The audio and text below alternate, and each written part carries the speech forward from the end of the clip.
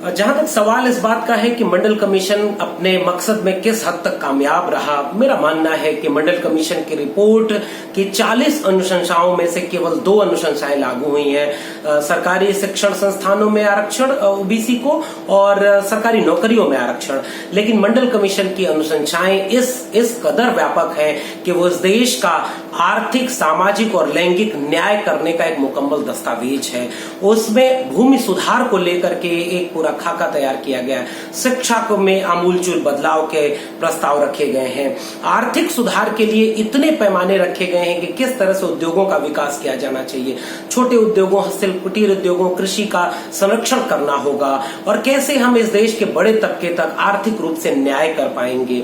इस देश में प्रमोशन में रिजर्वेशन, निजी क्षेत्र में आरक्षण की बात कहना, ये सारे प्रावधान मंडल कमीशन की रिपोर्ट में है जो लागू नहीं हो पाए हैं, जिसके लागू होने के बाद इस देश की तस्वीर बदल जाती।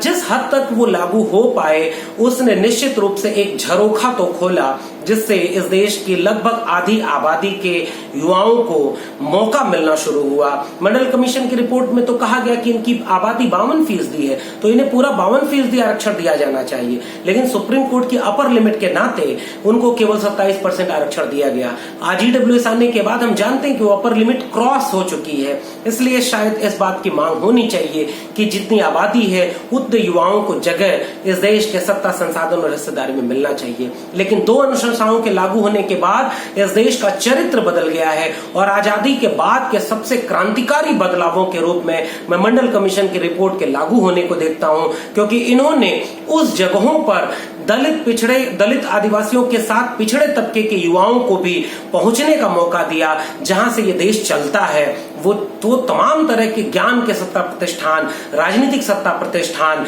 नौकरियों के सत्ता प्रतिष्ठान, वहां तक इन दलित आदिवासी